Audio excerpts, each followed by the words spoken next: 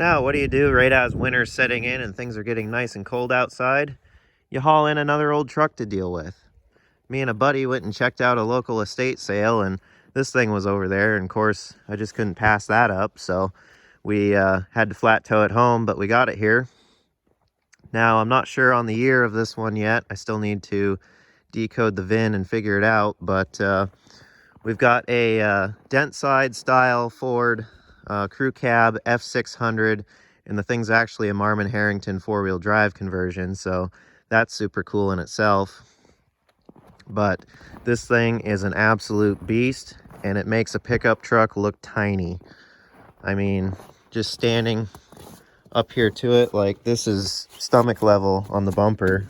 So yeah, it's a good sized truck, but we'll just kind of show it off here. I haven't really looked at it too closely, so you guys are along for the journey as far as that goes.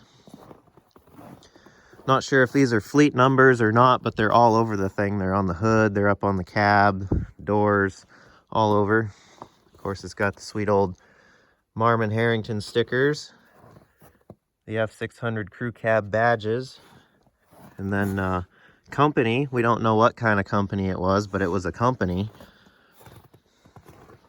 And then another cool feature of this truck, it's got a full-on oil field style gin pole bed, a giant PTO winch,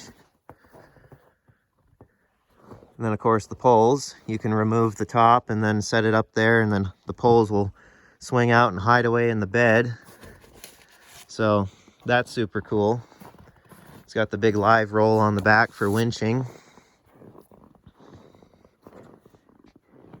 Just a sweet old truck. I can only imagine the stories this thing could tell.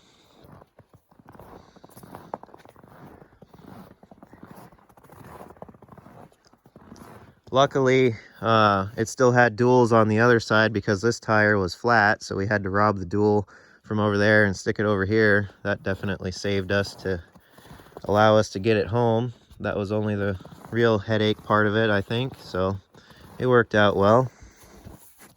But yeah, just an absolute sweet truck. Here's some more of the winch here.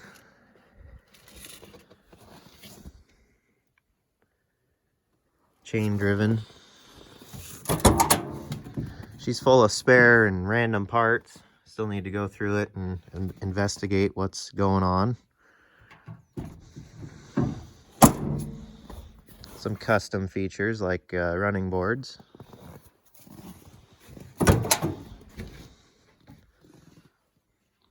Here we've got the Marmon Herrington sticker. That's pretty neat. We'll climb up in this thing. And we got those numbers right here on the speedometer too. And of course all the unique stickers, which are neat. What's kind of funny about F600s was it looks like a dent side on the outside. The doors are dent side, but the dash is a bump side. So that's kind of unique. All the levers you can imagine for stuff. Lots of artifacts and trinkets throughout. Now the only major issue is, well, I think, the transmission's locked up. She's luckily stuck in neutral, but it's got no gears otherwise. Luckily a mechanical clutch and not a hydraulic clutch, so that's nice. You know, your custom wiring jobs up here.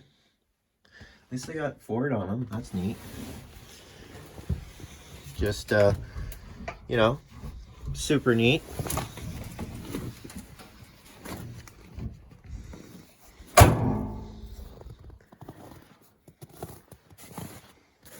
The drivetrain on the thing is absolutely massive.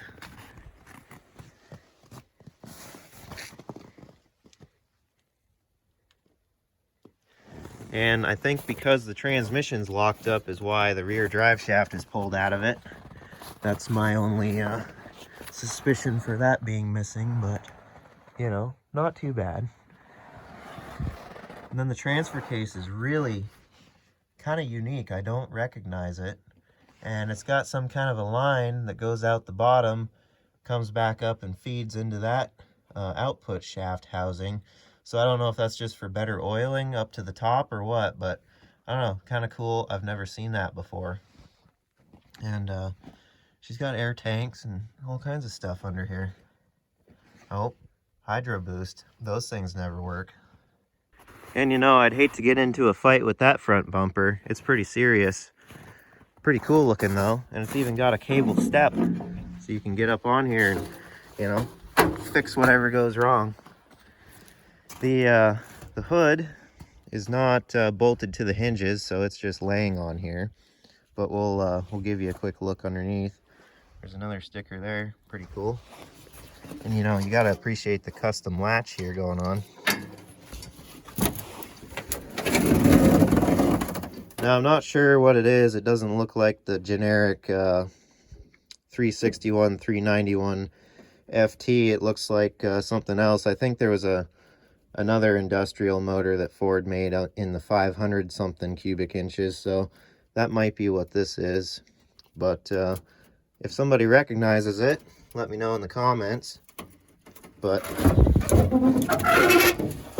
we'll have to prop the hood up and investigate it closer, look for some stickers on the valve covers or stuff like that, get some numbers on it. Now somebody's kind of cobbled a radiator in here that's not right for it, and that's why the hood sticks up. So I don't know, some interesting stuff going on. But also have to check if that thing's freed up or not, which I think, because they've got the distributor pulled out of it, I think they thought that the motor was stuck, but it's actually the transmission that's stuck, and maybe it didn't want to turn the input of the transmission, because you still need to turn the input even if it's in neutral. So I don't know, hold the clutch in and try and turn the crank or something. I don't know, see what it does. But yeah, just a quick little walk around on this thing. Pretty sweet old truck, pretty unique. You definitely don't see many of them, especially you know, four-wheel drives. So yeah, I wanted to show you guys the new addition. Let me know what you think down in the comments. We're definitely gonna have to revive this thing in the spring for sure. It would definitely be another handy piece of equipment. I think we'll have to stand the poles up and see how those look at some point too. But yeah, hope you guys enjoyed. Let me know what you think, and until the next video, I'll see you later.